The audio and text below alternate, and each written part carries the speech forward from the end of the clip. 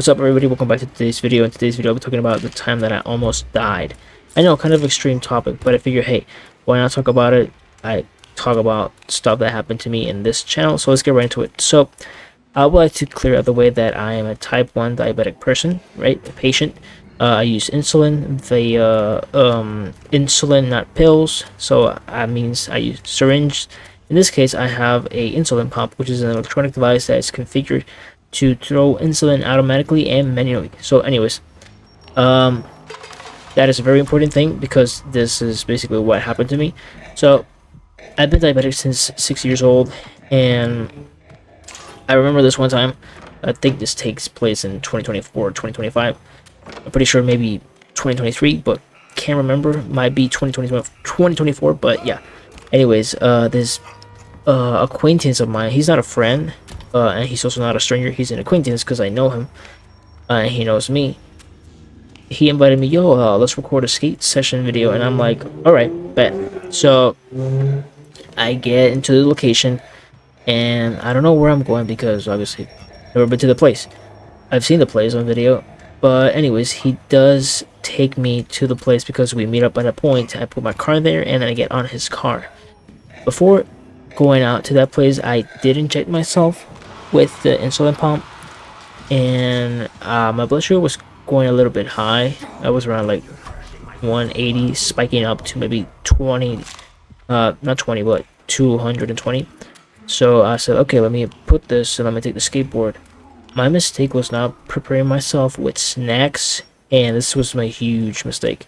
So we arrived at the place. It was a basketball court with ramps inside of it and ledges and stuff like that. People were doing kickers and stuff like that, all in like metal or whatever the material they use with wood.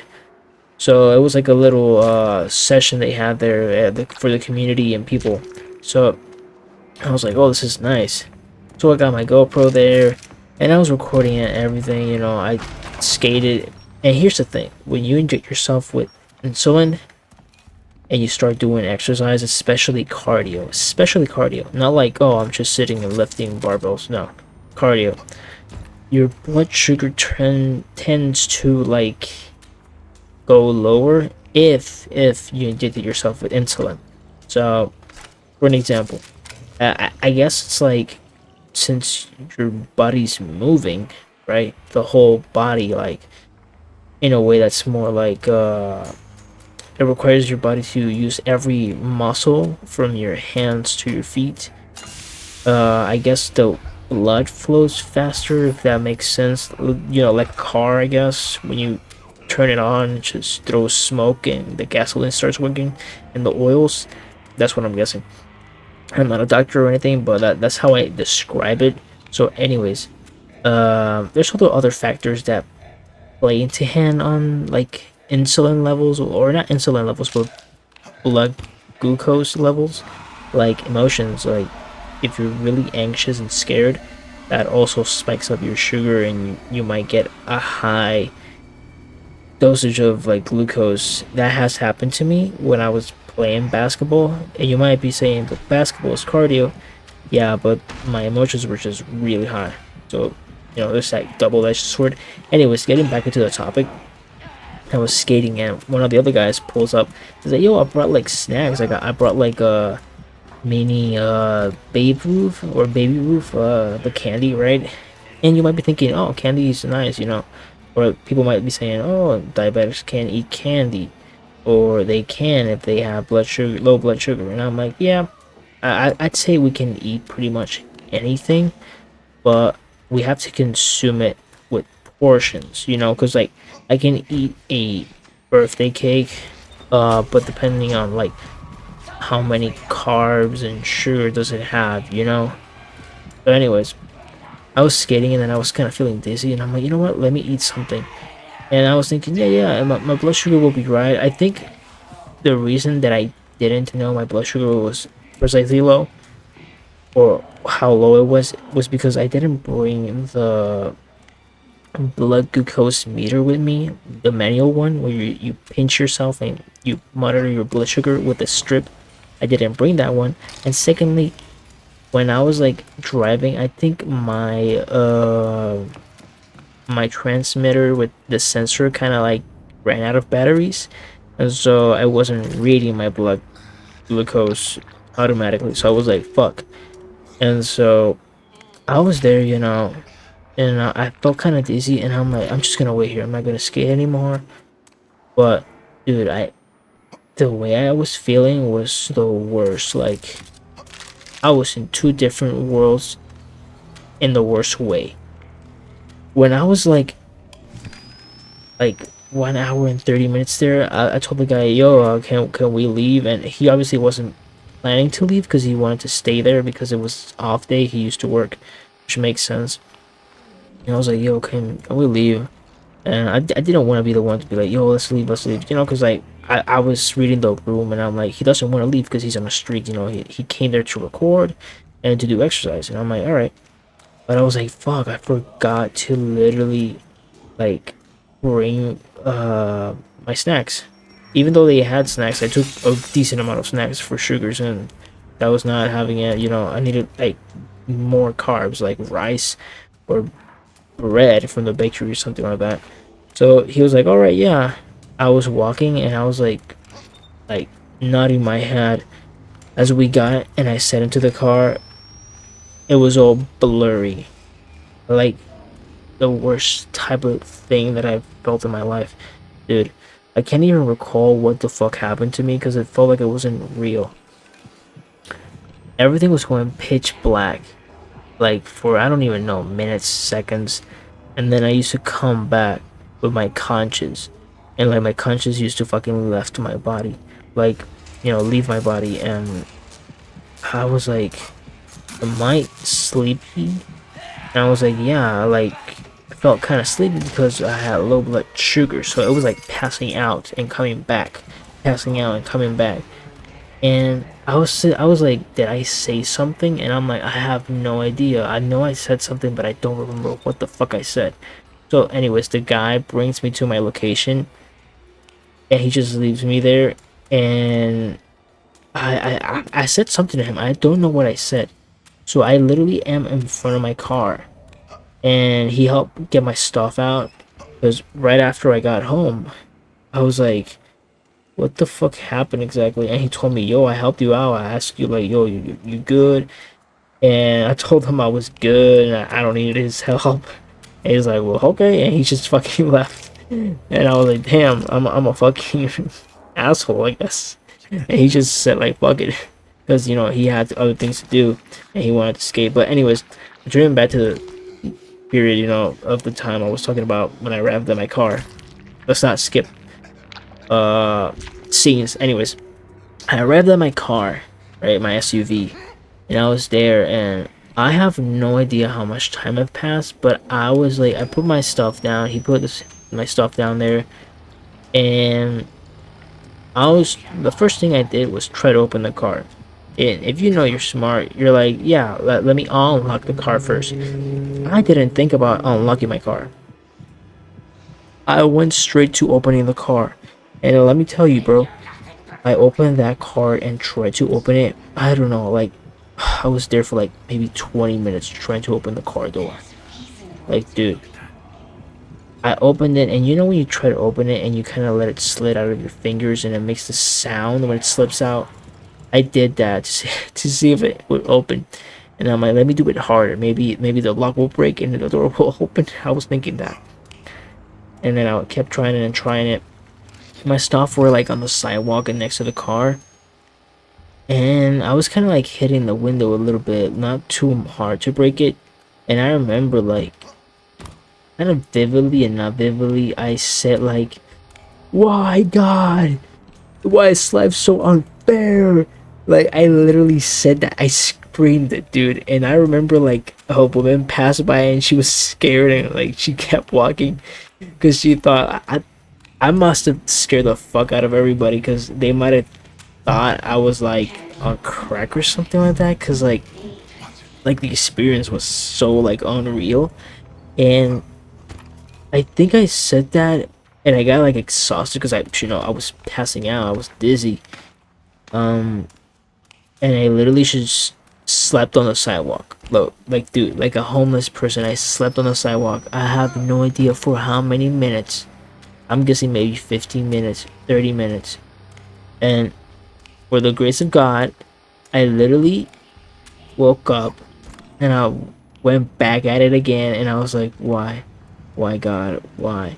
And so I kept looking around and looking around, and then I just kind of like had this thought, and the thought was literally, wait, I have the car keys. And I got so excited, dude. I literally put my hand in my pocket, and I'm like, oh my God, I have the car keys.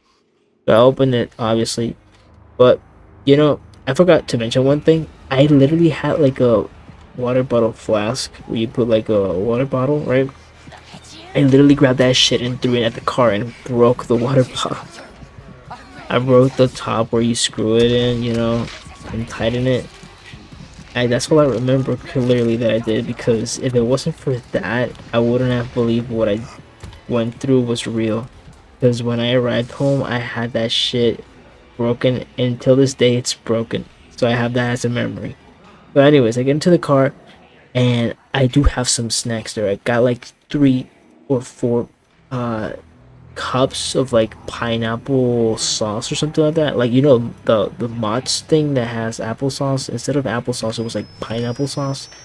I went in there and I drank those, and I said, I'm not driving, because if I drive, I'm gonna end up on the news either killing someone on accident or literally just dying in a car accident. So I'm like, let me sleep here. This should work maybe in 30 minutes or long as 1 hour, something like that. So I slept there with the windows down, like with the fucking heat. Like it was like sun was setting, was like 5, and I'm like, fuck it, I'm gonna sleep here. I have no AC.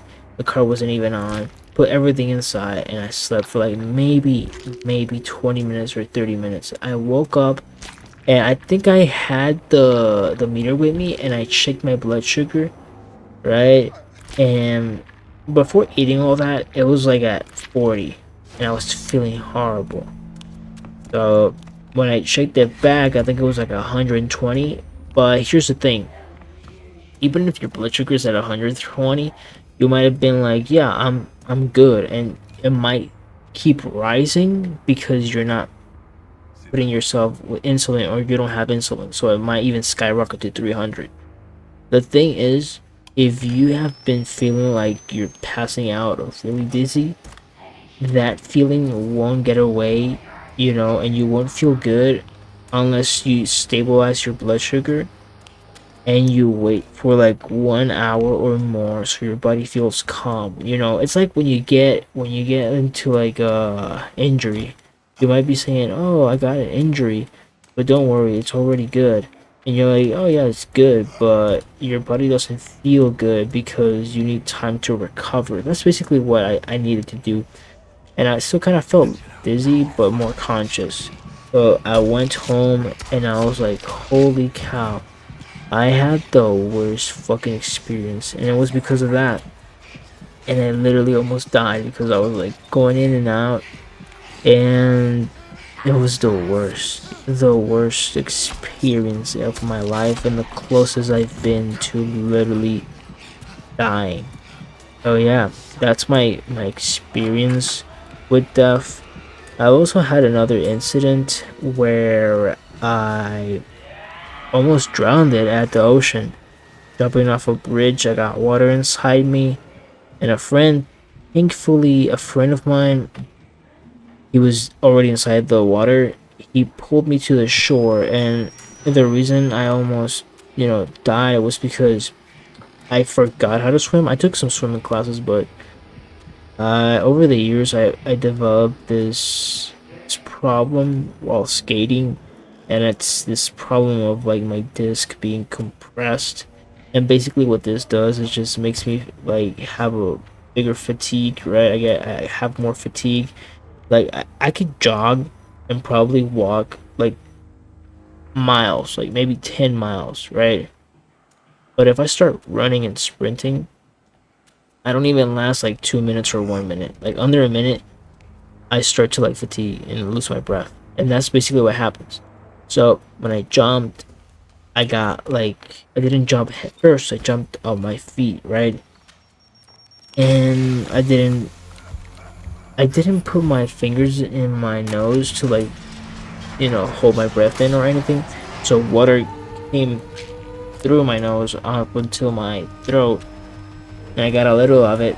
I started to cough when I got outside, and I started to get anxious, and I started to like move my hands like a puppy, and my muscles got really tired to the point where I felt like, holy cow, I can't move my muscles.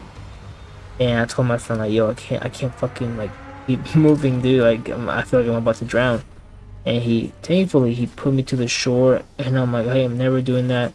And I remember returning to that same bridge with some other friends, and he used to say, come on, bro, you're a scaredy cat. And I'm like, dude, I am scared, because like the last experience I got was the worst. And ever since that day, I've been so anxious to like, get into the water and to swim.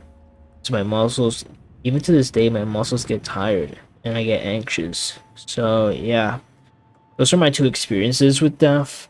But the first one was just, it was the worst. It was the horrible, like the most horrible thing I've ever gone through. Anyways, I feel like kind of exhausted and drained out talking about it, because it just brings bad memories. But I feel like it's something to you talk about, because you never know when you're really gonna die or how you're gonna die. So it's always best to be prepared with something, you know. Um anyways, yeah, thanks for watching this video. I'll see you in the next one. Bye bye.